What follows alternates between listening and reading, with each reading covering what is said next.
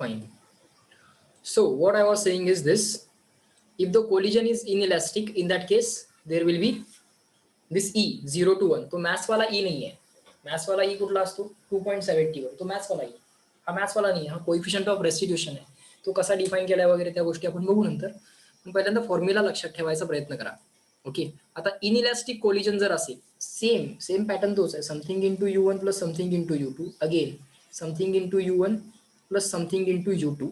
Okay, आता हा जो काय 2 आहे, हा 2 कसा रिप्लेस करायचा, 1 प्लस ई न रिप्लेस करायचा. 2 कसा रिप्लेस करायचा, 1 प्लस ई न रिप्लेस करायचा. बाकीचा M2 as it is, divide bye M1 plus M2. हे प्रत्येक ठिकाणी as it is, divide bye M1 plus M2 as it is, divide bye M1 plus M2 as it is, divide bye M1 plus M2 as it is. Formula trick करून लक्षात ठेवा. आणि जिथं जिथं minus sine आहे ना, ते actually -1 into M2 आहे, आणि इथं ते -1 इंटू M1 आहे. पण या कोलिजन मधला 1 म्हणजे जो असतो ना, या कोलिजनचा कोइफिशियंट ऑफ रेस्टिट्यूशन जो असतो तो 1 असतो. त्यामुळं इथं हा जो काही 2 आलाय, हा 2 का आलाय, त्याचं रिझन आहे. हा 2 का आलाय इथं, कारण 1 प्लस 1 म्हणून तो 2 आलाय. 1 प्लस 1 म्हणून तो 2 आलाय. ओके, म्हणून त्याला त्या 2 ला परत 1 प्लस ई असं रिप्लेस करायचं. हा ई जो असणार आहे तो आता 0 to 1 असणार आहे. आणि हा जनरल फॉर्म्युला आहे. याचा ई जर 1 झाला तर इनइलॅस्टिक कोलिजन हे इलॅस्टिक बनतं, असं त्याचं मिनिंग आहे. आणि जो M2 आहे, जो जिथं जिथं मायनस आहे ते ऍक्च्युली -1 आहे. आणि ते -1 तो 1 जो आहे तो हा ई आहे. मग तो -1 ई न रिप्लेस करायचा. ठीक आहे, झाले फॉर्म्युले तयार. M1 minus E M2. इथं काय होणार, M2 मायनस ई M1. पण इथं काय होणार, 2M1. That's it. Is that clear? फॉर्म्युले लक्षात राहतील का मला पहिल्यांदा सांगा. Reply in the chat box, yes or no, Y or N. पहिल्यांदा फॉर्म्युले लक्षात राहिले पाहिजेत. मग काय फायनल व्हेलॉसिटीज काढणं काय फार अवघड नाही आहे. तुम्हाला त्यांनी V2 अपॉन U1 चा रेशो विचारलाय. V2 अपॉन U1 काढता येईल. फॉर्म्युला लक्षात ठेवा. कोलिजन इलॅस्टिक दिला असेल, कधी इनइलॅस्टिक दिला असेल. मे बी इलॅस्टिक असू शकेल किंवा इनइलॅस्टिक. चला पुढे आता आपल्या क्वेश्चनकडे आपण जाऊयात. ओके, आता आपल्या क्वेश्चनकडे आपण जाऊयात. क्वेश्चन मध्ये बरं आणखीन एक गोष्ट सांगायची राहिली. समजा एक ऑब्जेक्ट 5 एवढ्या व्हेलॉसिटीनं राईटला चाललाय, तर त्याची व्हेलॉसिटी +5 घ्या. आणि दुसरा ऑब्जेक्ट 3 एवढ्या व्हेलॉसिटीनं लेफ्टला यायला लागलाय, तर त्याची इनिशियल व्हेलॉसिटी -3 घ्या. ऍक्च्युली ती -3 इंटू आय कॅप आहे. हा वेक्टर आहे, हा वेक्टर आहे, हा वेक्टर आहे, हा वेक्टर आहे, हा वेक्टर आहे. आणि फायनल व्हेलॉसिटीज पण वेक्टर मध्येच येतात. फायनल आन्सर जर +5 आलं तर पहिल्याची फायनल व्हेलॉसिटी ही राईटवर्ड आहे. समजा V2 ची व्हॅल्यू -3 आली, तर याचा अर्थ V2 हा लेफ्टला चाललाय विथ स्पीड ऑफ 3. -3 चा अर्थ काय, मायनसचा अर्थ लेफ्टला चाललाय, 3 म्हणजे स्पीड ऑफ 3. असं ते ऍक्च्युली ते मायनस म्हणजे -I आणि प्लस म्हणजे +I आहे. पण लोक आय देखील लिहित नाहीत. जर मोशन 1 डायमेन्शनल असेल तर नुसतं प्लस आणि मायनस वापरतात. Okay, fine sir. नेक्स्ट, आता आपण आपल्या क्वेश्चनकडे येऊ. परत क्वेश्चनकडे आलात. काय क्वेश्चन, कोलिजन कसं दिलंय, इनइलॅस्टिक दिलंय. कारण कोइफिशियंट ऑफ रेस्टिट्यूशन ऑप्शन मध्ये पण दिसतोयच आपल्याला, त्यांनी सेपरेटली काय सांगायची गरज नाही. काय कॅल्क्युलेट करायचं आहे, V2 upon U1. V2 upon U1. Okay, हे आपल्याला कॅल्क्युलेट करायचं आहे. इनिशियल व्हेलॉसिटी त्यांनी दिली आहे बघा. A sphere of mass M moving with the velocity V collides head on another sphere of same mass. Masses M1 equal to M2 equal to M. आणि पहिल्याचा initial speed U1 त्याची value V दिली आहे. Collides on the stationary sphere म्हणजे दुसऱ्या स्पियरची initial velocity 0. So U1 ची value V आहे आणि U2 ची व्हॅल्यू 0 आहे. एवढंच आहे. आणि आपल्याला विचारलंय काय, V2 अपॉन U1. चला, V2 अपॉन U1, V2 इथं आहे. अपॉन U1 करायला हा U1 पाहिजे, व्हॅल्यू सबस्टिट्यूट करा, लिहा.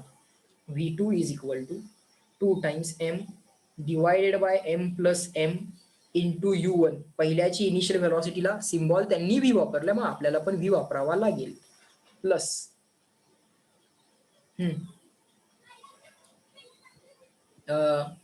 नक्की तेच विचारले ना, विचारले काय, the ratio of final velocity of second to initial velocity of first. बरोबर आहे.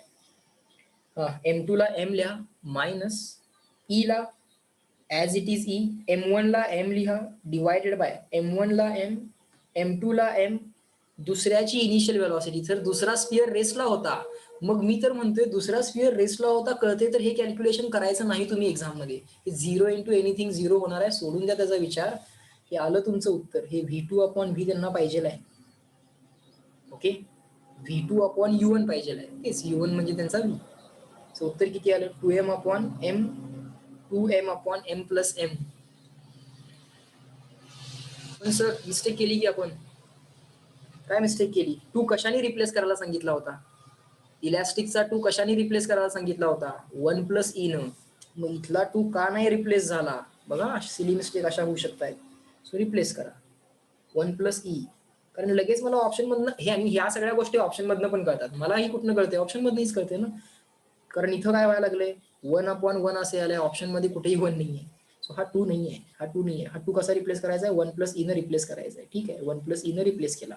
m/2m. सो आता काय झालं? 1 प्लस ई अपॉन 2m. हा 1 plus M 1 plus E into M as it is. हा व्ही जो आहे तो लेफ्ट साईडला नेला. हे एनिथिंग इंटू 0 ते 0च होणार आहे. सो एमला एम कॅन्सल करा. माझं आन्सर आलं 1 plus E upon 2. Okay, so actually जर हा फॉर्म्युला पार्ट असेल ना, हा फॉर्म्युला पार्ट असेल तर सबस्टिट्यूशन आणि आन्सर किती गॅप आहे बघा, की 3 स्टेप्स आहेत फक्त. म्हणून मी फॉर्म्युला समजावून सांगायला वेळ घेतला. आलं का लक्षात? Is that clear and written? CW formula आणि आन्सर याच्यामध्ये जास्त गॅप नाही. It will take max 1 minute and we can give 1 minute. We can give complete 1 minute to the question of the physics. Because that will give us 1 mark as well. फक्त इथं प्रश्न तुम्हाला आता फॉर्म्युलाचा राहणार आहे.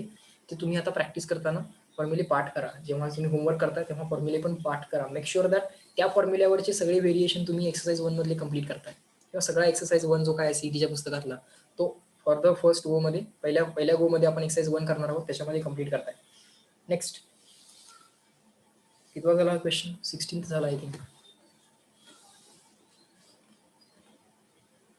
Up to 20. अप टू 20 कुठला आहे बघा, बोला.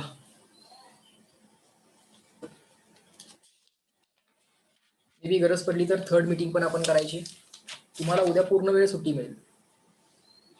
फिजिक्स लेक्चर नसेल. फिजिक्सचा अभ्यासाला मी तुम्हाला उद्या सुट्टी देईन. मे बी लागलं तर आज थर्ड मीटिंग पण करू. 17, 18, 19 नाही. ट्रान्सफॉर्मर वगैरे प्रायमरी सेकंडरी क्वेश्चन्स असतात. प्रायमरीचा करंट विचारतात, सेकंडरीचा विचारतात. ट्रान्सफॉर्मर लक्षात ठेवा, हे एसी वरचं डिव्हाइस आहे. ट्रान्सफॉर्मर हे एसी वरचं डिव्हाइस आहे, डीसी वरती वापरून चालत नाही. लक्षात ठेवा.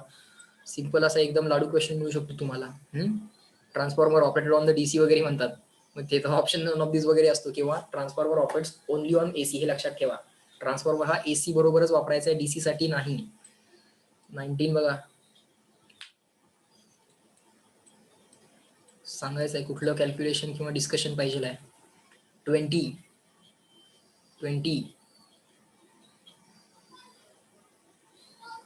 डिस्कशन मधून तुम्ही काय शिकायचं आहे? सगळ्या गोष्टी पाठ नसताना सुद्धा कसा आपल्याला योग्य अंदाज बांधता येईल ते बघायचं आहे, ते शिकायचं आहे. एकदा प्रिपरेशन झाल्यानंतर मग काय तुम्हाला सगळे फॉर्म्युले डायरेक्टली माहित असतील. मी डायरेक्टली फॉर्म्युल्यावरनं पण जाईन. नेक्स्ट अप टू 21, 22 कुठपर्यंत आहे बघा. कुठलं अडलंय बघा. आता इथे थेरॉटिकल क्वेश्चन दिसतोय मला. एक कॅपिलरीचा क्वेश्चन, रेडियस आणि एच ची प्रपोर्शनलिटी. कारण एरिया दिलाय म्हणजे एच चा विचार असणार. तो एरिया दिलाय म्हणजे रेडियसचा विचार असणार. पहिली हाईट दिली आहे, पहिला एरिया दिलाय, दुसरा एरिया दिलाय, दुसरी हाईट विचारली. H is equal to 2t cos θ upon r rho g. आता तिथं आर आलं ना, आणि एरिया आणि आरचं पण रिलेशन आहे आपल्याकडे. Area is equal to pi R square, म्हणजे area is proportional to R square आणि square root of area is proportional to R. समजतंय का? क्वेश्चन नंबर 21 वगैरे सोडायचे नाही, ते सॉल्व्ह करून यायचे. 22 बघा, डायरेक्टली थेरी दिसतेय. असा क्वेश्चन सोडायचा नाही. With the forward biased mode, diode forward bias केलाय. The PN junction diode is the one in which width of the depletion region increases. मला ऑप्शन सांगा तुम्ही या क्वेश्चनचा. तुम्ही टिक मार्क करून याचं उत्तर मिळवलेलं असलं पाहिजे. सेमीकंडक्टर फार सिंपल टॉपिक आहे. डायोड फॉरवर्ड बायस केला तर पीएन जंक्शन डायोडची डिप्लिशन विड्थ इन्क्रीज होते डिक्रीज होते. हा, इथे इन्क्रीज म्हटलेलं आहे, इथं पोटेन्शियल बॅरियर इन्क्रीज म्हटलेलं आहे, acts as a close switch म्हटलेला आहे फॉरवर्ड बायस आणि ऍक्ट्स ऍज ओपन स्विच. हा क्वेश्चन तुम्ही अटेम्प्ट करून 1 मार्क घेऊन यायचा त्याचा. बघा क्वेश्चन मिळत आहेत जे तुम्हाला इझिली सॉल्व्ह पण करता येतील. केलाय का? क्वेश्चन 22 मला रिप्लाय कराल तुम्ही. तुमच्या रिप्लायसाठी थांबलोय मी. Question 22. We will select act as a closed switch. Forward bias PN junction diode acts as a closed switch. हा, टाइप करू नका सगळा क्वेश्चन, एबीसीडी टाइप करा ना, जास्त एफर्ट्स नका घेऊ. गुड. नेक्स्ट 23.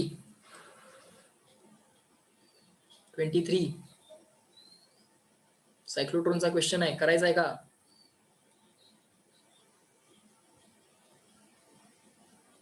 बोला, अडलाय नाही अडलाय, सोल्युशन बघितलंय नाही? 24, 25.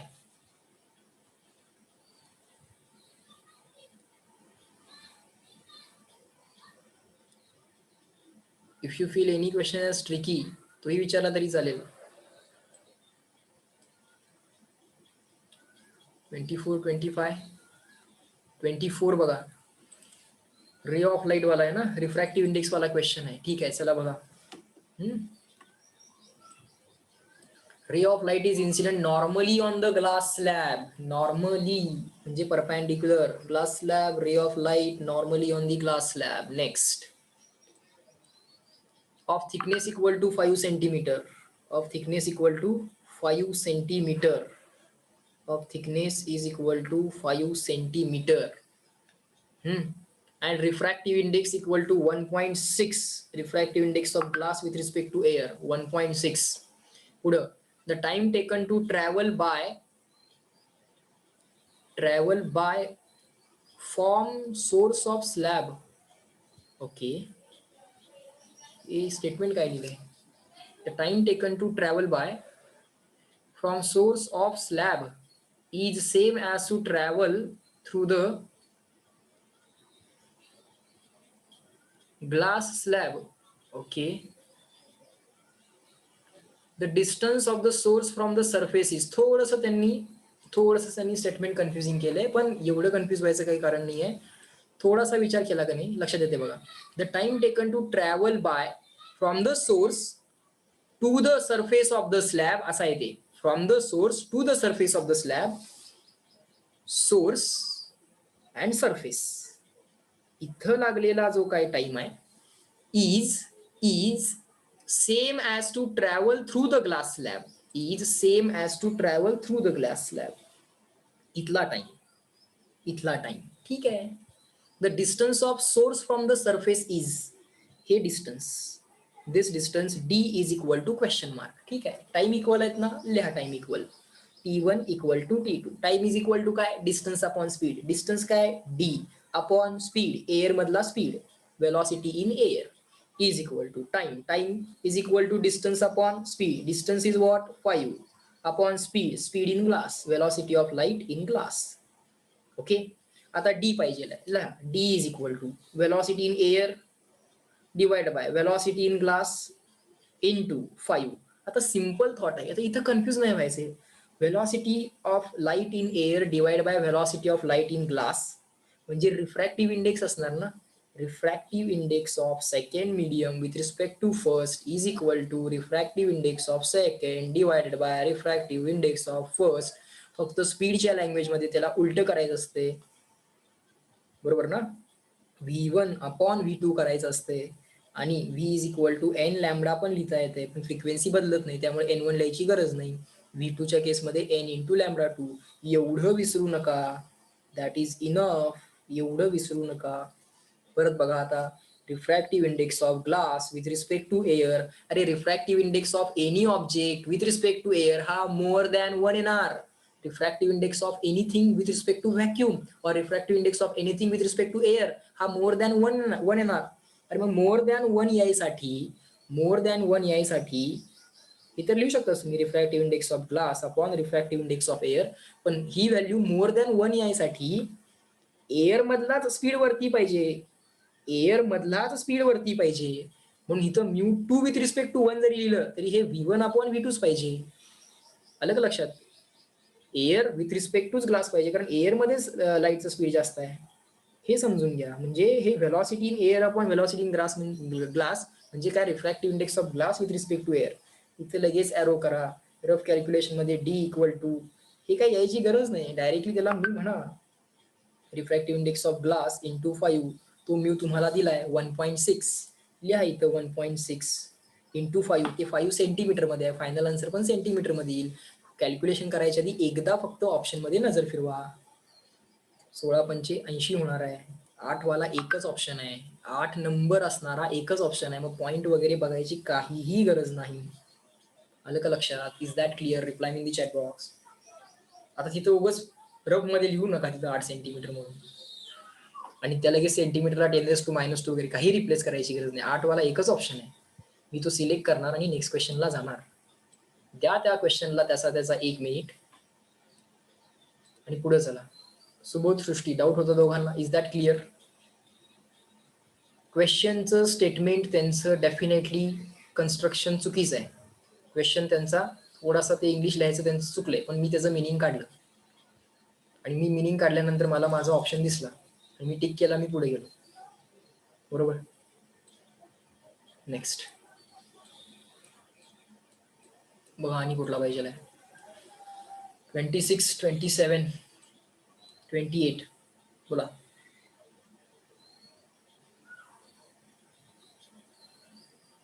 हम्म 26, 27, 28 कुठला करून दाखवायचा आहे? काय विचारले बघा की तुम्हाला प्रत्येक एकतर इथं वेक्टर रिलेशन आहे आणि इथं काय आहे ॲम्प्लिट्यूडचे ॲम्प्लिट्यूड नाही मॅग्निट्यूड. एचा मॅग्निट्यूड कसा काढणार? अंडर रूट आयच्या कोएफिशियंटचा स्क्वेअर प्लस जेच्या कोएफिशियंटचा स्क्वेअर प्लस केच्या कोएफिशियंटचा स्क्वेअर असं करून एचा मॅग्निट्यूड काढा. सेम बीचा सेम सीचा काढा. चेक करा काय व्हेरीफाय होते. एकदम सिंपल आहे. नेक्स्ट. सो असे काही क्वेश्चन्स असतात जे सोडायचे नाहीत. मॅथ्स मध्ये पण असतोय ना असा क्वेश्चन तुम्हाला. मॅथ्स मध्ये पण वेक्टर आहे ना 12वी.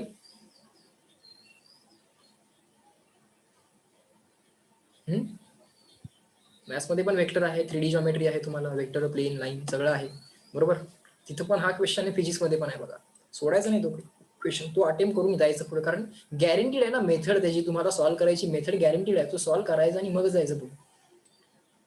फक्त त्याला 5-10 मिनिटं देऊ नका. एक फार फार तर 1.5 मिनिट. फार फार तर पण जनरली 1-1 मिनिट इनफ आहे. नेक्स्ट 27.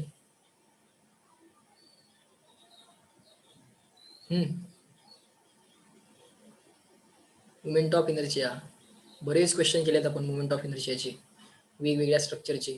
त्यामुळे तो काय जड नाही जायला पाहिजे क्वेश्चन. चेक करा करायचा आहे का मी सॉल्व्ह. या वेक्टरचा युनिट वेक्टर विचारलाय. Vector divide by its magnitude करा. नाही काय विचारलंय. A unit vector is represented as this plus this plus this 0.8i bj plus 0.4k. हा जर युनिट वेक्टर असेल तर बी ची व्हॅल्यू किती पाहिजे? अरे 0.8 square plus B square plus 0.4 square is equal to 1 और इज इक्वल टू 1 स्क्वेअर. आयच्या कोएफिशियंटचा स्क्वेअर प्लस जेच्या कोएफिशियंटचा स्क्वेअर प्लस केच्या कोएफिशियंटचा स्क्वेअर याचं स्क्वेअर रूट घेतलं तर त्याचं उत्तर किती यायला पाहिजे? 1 यायला पाहिजे कारण तो युनिट वेक्टर आहे. त्या हिशोबाने त्याचा आन्सर तुम्ही बीचं काढू शकताय. एक इक्वेशन एक अननोन. सोडायचा नाही हा क्वेश्चन. मार्क मिळवायचेच. इथं पण बघा हा question I think me discuss केलाय. मला 29चा आन्सर तुम्ही कमेंट बॉक्समध्ये सांगणार आहात. 29चा आन्सर तुम्ही कमेंट बॉक्समध्ये सांगणार आहात. Susceptibility of paramagnetic susceptibility of paramagnetic diamagnetic. पॅराची काय असते? ससेप्टिबिलिटी पॉझिटिव्ह की निगेटिव्ह पहिल्यांदा ते तरी ठरवा. Para attract positive. Para attract positive positive positive positive 3 option आहेत. ओके, चौथा ऑप्शन गेला. चला पॅरा झाला पॉझिटिव्ह पॉझिटिव्ह पॉझिटिव्ह. पुढं डायमॅग्नेटिकची ससेप्टिबिलिटी निगेटिव्ह. किती आहेत बघा, ए बी सी मध्ये निगेटिव्ह किती आहेत, 2च आहेत. म्हणजे बॉम्बे आणि सी. बर, डाय आता स्ट्रॉंगली अट्रॅक्ट असेल तर हाय व्हॅल्यू आणि वीकली अट्रॅक्ट असेल तर लो व्हॅल्यू. बघा तो चार्ट आज मला का नाही उपयोगाला. अशा टाईपच्या परीक्षेमध्ये तुम्हाला विचारू शकतो. हा चार्ट तुमच्या नोटबुक मध्ये तुम्हाला मिळेल. सो नोटबुक अगदी जर क्लिअर असेल ना तर फार छान पद्धतीने तुम्हाला हे क्वेश्चन्स कव्हर करता येतील. सो एकदा नोटबुक रीड करत चला एक्सरसाइज सॉल्व्ह करायच्या आधी. ओके, सीईटीचा एक्सरसाइज सॉल्व्ह करायच्या आधी आपली एकदा नोटबुक रीड करा. सो डायमॅग्नेटिक म्हणजे पॅरामॅग्नेटिक वीकली अट्रॅक्ट म्हणजे स्मॉल पॉझिटिव्ह एकच ऑप्शन आहे स्मॉल पॉझिटिव्ह. इथं पण आहे पण इथं पण पॉझिटिव्ह लिहून ठेवले नाही. आम्हाला निगेटिव्ह पाहिजे. डाय साठी काय पाहिजे निगेटिव्ह पाहिजे. Small negative. Weakly attract weakly repel. Small positive small negative. Option C. Mark मिळवायचेच, सोडायचा नाही तो क्वेश्चन. 31 कुठला करायचा सांगा.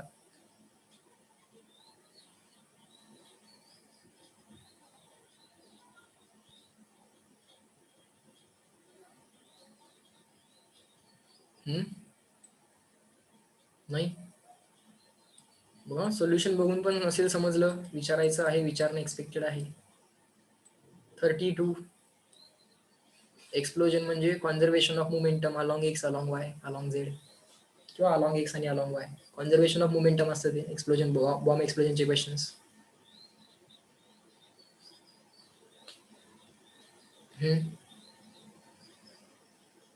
33 34 बोला कुठला करून दाखवायचा आहे क्वेश्चन मी. फोटो इलेक्ट्रिक सेल वगैरे बघा. आता हे अंदाज ज्याचा इझिली बांधता येतो असे क्वेश्चन्स आहेत. काही कॅल्क्युलेशन वगैरे नाही आहे. सो असे क्वेश्चन तुम्ही नाही सोडणार. इन अ फोटो सेल मध्ये लाईट पडणार आणि मग करंट जनरेट होणार. Frequency of incident radiation is increase. Frequency वाढवली आहे. फोटॉनची फ्रिक्वेन्सी वाढवली आहे म्हणजे एच न्यू वाढला की एच न्यू वाढला. एनर्जी वाढली. फोटॉनचा काउंट नाही वाढला, एनर्जी वाढली आहे. Okay, by keeping the other factors constant and the frequency is more than the threshold frequency. Nu is more than nu zero. Frequency is more than the threshold frequency. Stopping potential चं काय होईल. Stopping potential कशावरती dependent असतं, केई max. Stopping potential कशावरती dependent असतं, केई max. Maximum kinetic एनर्जीनं येणाऱ्या इलेक्ट्रॉनला सुद्धा stop करायचं आहे. बरोबर, म्हणजे स्टॉपिंग पोटेन्शियल केई मॅक्स वरती अवलंबून आहे. लॉजिक कसं असतं, total energy of the photon ही कशी खर्च होते, थोडी इलेक्ट्रॉनला रिलीज करण्यामध्ये आणि राहिलेली केई मॅक्स. सगळ्याच इलेक्ट्रॉनची काही एनर्जी केई मॅक्स नसते. लिहायला कसं पाहिजे, केई प्लस लॉस असं लिहायला पाहिजे. पण ज्यांचा लॉस होत नाही त्यांची केई मॅक्स. आता मला सांगा, हे तर वर्क फंक्शन तर फिक्स आहे. फ्रिक्वेन्सी जर वाढली तर केई मॅक्स पण वाढणार. अरे पण मॅक्सिमम कायनॅटिक एनर्जीनं येणाऱ्या इलेक्ट्रॉनला सुद्धा स्टॉप करायचं असेल तर फॉर्म्युला काय असतो, stopping potential kinetic energy is equal to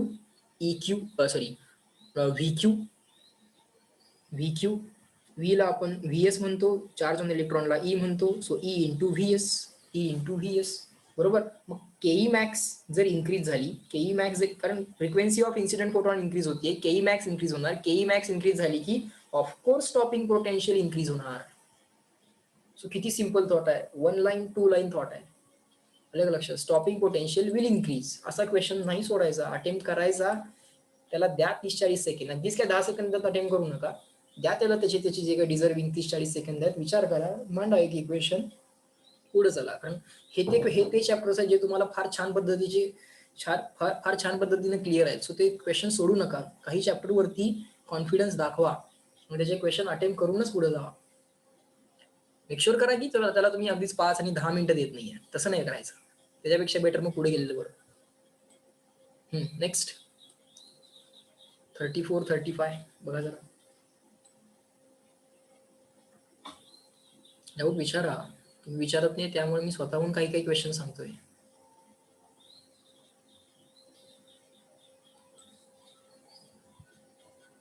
(36, 37)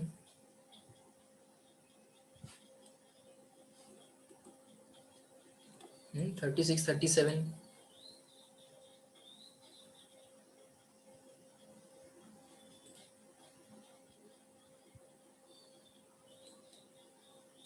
एक सेकंड. 37 बघा. ऑब्झर्व करा. The deflection in the galvanometer falls to 1/4 when it is shunted by 3 ohm. Okay. Deflection in the galvanometer falls to 1/4 when it is shunted by 3/4. ठीक आहे. Simple thought बघा. जेव्हा नुसता गॅल्व्हॅनोमीटर आहे तेव्हा त्याच्यामधला करंट जर आय असेल त्यावेळी काहीतरी डिफ्लेक्शन असेल theta. Angular deflection theta. Okay. आता हाच गॅल्व्हॅनोमीटर त्यांनी काय केलाय, एका त्याच गॅल्व्हॅनोमीटरला एक शंट लावलाय. शंट म्हणजे पॅरलल रेझिस्टन्स. आणि डिफ्लेक्शन काय झालंय, 1/4 झालंय. 1/4 झालंय म्हणजे आताचं डिफ्लेक्शन θ/4. मग गॅल्व्हॅनोमीटर मधनं बाळ आता किती करंट गेला असेल, I/4 गेला असेल. I/4 करंट गेला असेल. इथल्या आयच्या I/4 करंट गेला असेल. हा इथनं किती आलाय ते काय आम्हाला माहित नाही, पण इथनं तर आधीचा जर हा जो आय होता या आयच्या I/4 एवढा करंट गेलेला आहे. That is we are sure. Okay. इथनं किती आलाय वगैरे ते काय आम्हाला माहित नाही, पण इथनं करंट तरी आता I/4 गेलाय, त्यामुळे डिफ्लेक्शन θ/4 आलंय. पुढं when it is shunted by the 3 ohm resistance, if additional shunt of 2 ohm is connected to the earlier shunt. बर, अजून एक शंट लावला, S1 म्हणू याला S2 म्हणू. अजून एक 2 ओहमचा शंट लावला. हा 3 ओहमचा आहे. आता अजून एक 2 ओहमचा जर शंट लावला, the deflection in the galvanometer will falls to. आता नवीन डिफ्लेक्शन काय असेल, मग इथं काढायलाच नको, हे नवीन डिफ्लेक्शन पाहिजे ना त्यांना. ठीक आहे, बघा ऑब्झर्व करा.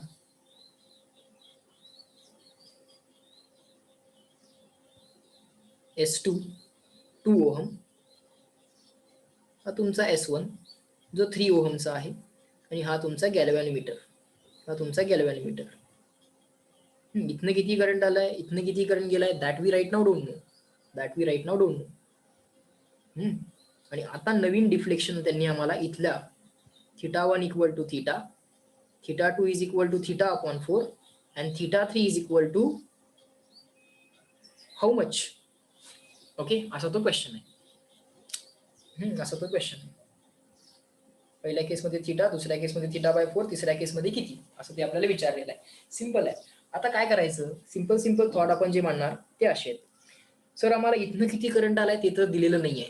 इथनं किती करंट आला, इथनं किती आलाय ते पण नाही दिलं, इथनं किती आलाय ते पण नाही दिलं, म्हणजे करंट डिव्हिजन वापरता आली असती. मग जर त्यांनी दिलेलं नाहीये, मग त्या केसमध्ये मी काय करणार, तर त्या केसमध्ये मी सिम्पली अज्युम करणार की तिन्ही केसमध्ये करंट हा सेम होता. म्हणजे काय, इथं हा आय होता, तोच आय एवढा करंट इथनं आला म्हणणार, त्यातला I/4 इकडे गेला तर इकडे किती जाईल, 3I/4 रिमेनिंग. हा थॉट आपण अज्युम करायचा, ते देणार नाहीत पण ते आपण अज्युम करायचं. इकडं आला 3/4. ओके, इकडं आय जो टोटल आला त्यातला I/4च आता शिल्लक राहिला, कारण हा आय कम्प्लिटली गॅल्व्हॅनोमीटर मधनं पहिल्या केसमध्ये गेला असता, पण दुसऱ्या केसमध्ये काय आहे, एक शंट आहे, त्यामुळे थोडा करंट इथनं जाईल, थोडा करंट वरून जाईल. तो 3I/4 पुढनं गेला, वरच्या ब्रांच मधनं गेला. आता डिफ्लेक्शन किती होईल असं विचारले. ठीक आहे, आपण सिंपल थॉट करून पहिल्यांदा काय करायचं, इथनं पहिल्यांदा गॅल्व्हॅनोमीटरचा रेझिस्टन्स कॅल्क्युलेट करायचा. एकदा रेझिस्टन्स कळाले तर कुठल्या ब्रांच मधून किती करंट जाणार ते कळतं. ओके, म्हणजे आता मी काय करणार, म्हणजे मी आता इथं असं लिहिणार, इथनं करंट I/4 गेलाय आणि इथनं करंट 3I/4 गेलाय. सो हा गॅल्व्हॅनोमीटर आणि हा शंट एकमेकांना पॅरलल आहेत, म्हणजे दोघांच्या अक्रॉस व्होल्टेज काय असणार, सेम असणार. सो तिथंच मी रफ कॅल्क्युलेशन कसं करणार, current into resistance I/4 into G is equal to current into resistance 3I/4 into हा पहिला रेझिस्टन्स, पहिल्या शंटचा रेझिस्टन्स 3 असं करणार. I/4 ला I/4 कॅन्सल करा. सो गॅल्व्हॅनोमीटरचा रेझिस्टन्स 3 इंटू 3 किती आला, 9 आला. तो 9 इथं लिहून टाका. आता हा जो 9 आहे तो इथं लिहा, हा 3 आहेच, हा 2 आहे. आता इथला करंट कॅल्क्युलेट करायचा आहे, तेवढा करंट कॅल्क्युलेट झाला की विषय संपला. बघा, जेव्हा करंट आय होता तेव्हा डिफ्लेक्शन थीटा, जेव्हा करंट गॅल्व्हॅनोमीटर मधला I/4 झाला, डिफ्लेक्शन θ/4 झालं. आता करंट काय होतोय बघायचं आणि डिफ्लेक्शन सांगायचं. असा तो थॉट आहे. थॉट क्लिअर झाला की नाही रिप्लाय करा मला चॅटबॉक्स मध्ये सी और एन. म्हणजे गॅल्व्हॅनोमीटरचा रेझिस्टन्स पहिल्यांदा काढावा लागेल आणि आता काय या ओव्हरऑल करंटला डिवाइड करायचंय. करंट डिव्हिजन प्रिन्सिपल वापरू. नेक्स्ट स्टेपला उत्तर आहे मग. चला नेक्स्ट. आता करंट डिव्हिजन प्रिन्सिपल काय सांगते तुम्हाला. हा व्होल्टेज सिरीज मध्ये रेझिस्टन्सेस असतील तर व्होल्टेज कसं काढतोय डायरेक्टली रेझिस्टन्सला डायरेक्टली प्रपोर्शनल. व्होल्टेज हे रेझिस्टन्सला डायरेक्टली प्रपोर्शनल असेल सिरीज कॉम्बिनेशन मध्ये. पण आता आहे पॅरल कॉम्बिनेशन. मग पॅरल कॉम्बिनेशन मध्ये करंटचं लॉजिक असते ना. याला I1 म्हणा, याला I2 म्हणा, याला current through the galvanometer IG म्हणा. Current through the galvanometer. Galvanometer मधला करंट आता 3 ब्रांचेस आहेत ना. व्होल्टेज इक्वल आहेत. V is equal to IR. V is equal to IR. हे सगळं आहे पॅरलल. पॅरलल आहे म्हणजे मला इथं करंट आणि रेझिस्टन्सचं लॉजिक पाहिजे आहे. So current is equal to काय लिहिणार मी V अपॉन R लिहिणार. पण व्होल्टेज सर तिन्हीच्या अक्रॉस सेम आहे. सो व्होल्टेजला काट मारा. ओके. सो इथं current is proportional to 1 upon resistance आलं. म्हणजे करंट हा रेसिप्रोकल ऑफ रेझिस्टन्सला डायरेक्टली प्रपोर्शनल असतो. करंट हा रेसिप्रोकल ऑफ रेझिस्टन्सला डायरेक्टली प्रपोर्शनल असतो. ओके. पॅरलल कॉम्बिनेशन चालू आहे. रेसिप्रोकल ऑफ रेझिस्टन्सलाच कंडक्टन्स असंही म्हणतात. ऍडिशनल इन्फॉर्मेशन सगळ्या ऐकत जायचं. करंटच्या रेसिप्रोकललाच रेझिस्टन्सच्या रेसिप्रोकललाच कंडक्टन्स असं पण म्हणतात. So current proportional to reciprocal of resistance. आता करंट डिव्हिजन प्रिन्सिपल ते काय सांगते ओव्हरऑल करंटचा काहीतरी फ्रॅक्शन हा तुमच्या पहिल्या ब्रांच मधून जाणार. पहिली ब्रांच म्हणजे ही ब्रांच किंवा गॅल्व्हॅनोमीटरच्या ब्रांच मधून जाणार. मग काय ज्या ब्रांच मधून करंट जाणार आहे त्या ब्रांचच्या रेसिप्रोकलला तो डायरेक्टली प्रपोर्शनल आहे. सो फ्रॅक्शन कसा लिहिणार 1 upon G divided by 1 upon G plus 1 upon R 1 plus 1 upon S1 plus 1 upon S2. मी जरा इथं तुम्हाला ते लिहून दाखवतो म्हणजे हे जरा लक्षात येईल. मी तुम्हाला एक वेगळी डायग्राम काढून दाखवतो. हा R1 आहे, हा R2 आहे आणि हा जर R3 आहे. असे 3 रेझिस्टन्सेस असतील आणि इकडनं करंट I आला असेल तो डिवाइड व्हायला लागलाय.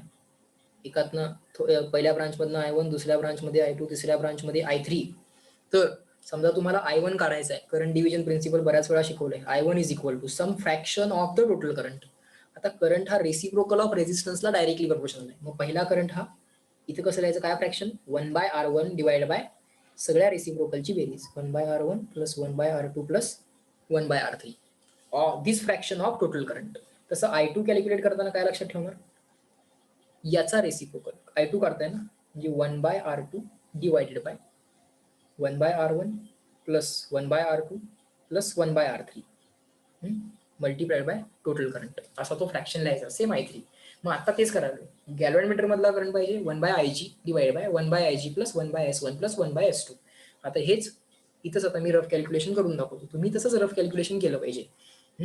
IG इज इक्वल टू गॅल्व्हॅनोमीटरचा रेझिस्टन्स 9 कॅल्क्युलेट केलाय आपण 1 by 9 divide by 1 by 9 plus S1 पहिला शंट 3 दिलाय, दुसरा शंट 2 दिलाय ऑफ टोटल करंट. आता हा फ्रॅक्शन जरा पटकन जितक्या लवकर काढता येईल तितक्या लवकर कॅल्क्युलेट करून दाखवा मला. इथं बेस सेम केला की 18 होतो 18 होतो बरोबर. So 1 by 9 as it is divide by 9 दोन्ही 18 2 बाय 18 प्लस 6 गुणिले 3 18 6 बाय 18 प्लस 9 दोन्ही 18 9 बाय 18. ते बेस सेम करून घ्या. दिस 18 कॉमन आणि वरती गेला. कॉमन पण आला आणि वरती पण गेला. 18 कॉमन आला वरती गेला. 18 upon 9 as it is. 2 plus 6 8 8 plus 9 17 into I. 18 upon 9 2 upon 17 as it is. 2 by 17. अरे 2 by 17 म्हणजे काय ऑप्शन 1 गेला 2 by 17 नाही आहे तो. ऑप्शन 2 पण गेला ते 1 by 3 पण नाही आहे, ते 1 by 4 पण नाही आहे. 1 by 8.5. आता हे 8.5 कुठनं आला असेल. हा जो 2 आहे ना न्यूमेटर मधला तो त्यांनी डिनॉमिनेटरच्या डिनॉमिनेटर मध्ये लिहिलाय 2 by 17 I. कसं केले बघा की IG इज इक्वल टू म्हणजे त्यांना तुम्हाला फसवता येत नाही म्हणून त्यांनी काय केले हे रेशो मध्ये फसवायचा वगैरे प्रयत्न करायला लागले. कसं करायला लागले 2 by 17 ना त्याला असं लिहिलंय. हा 2 जो आहे तो इथं डिनॉमिनेटरच्या डिनॉमिनेटर मध्ये लिहिलंय. ठीक आहे ना. हा वरती पण जाऊ शकतोस की 17 upon 2 म्हणजे काय असते 8.5. जेव्हा करंट I होता तेव्हा डिफ्लेक्शन काय होतं जेव्हा करंट I होता तेव्हा डिफ्लेक्शन थीटा आहे. जेव्हा करंट आता नवीन करंट आहे आय जी, तेव्हाचा जो काय नवीन डिफ्लेक्शन आहे थिटा जी, ते काय 1/8.5. सो डिफ्लेक्शन आता काय होईल 1/8 टाइम्स होईल. ओके, अशा पद्धतीने ते रफ कॅल्क्युलेशन्स जमले पाहिजेत. Is that clear? 37 समजलाय का? मेथड क्लिअर करून घ्या. 1 मिनिट आहे, पुढचे क्वेश्चन संपवायचे आहेत, रिजॉईन करावं लागेल. ओके, उद्या मी मात्र पूर्ण वेळ तुम्हाला सुट्टी देईन, उद्या लेक्चर नाही ठेवणार फिजिक्सचं.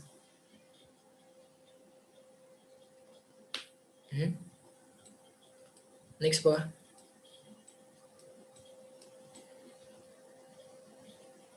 कितवा केला आपण? 33 केला. 33 केला नाही, 37 केला. 38, 39, 38, 39,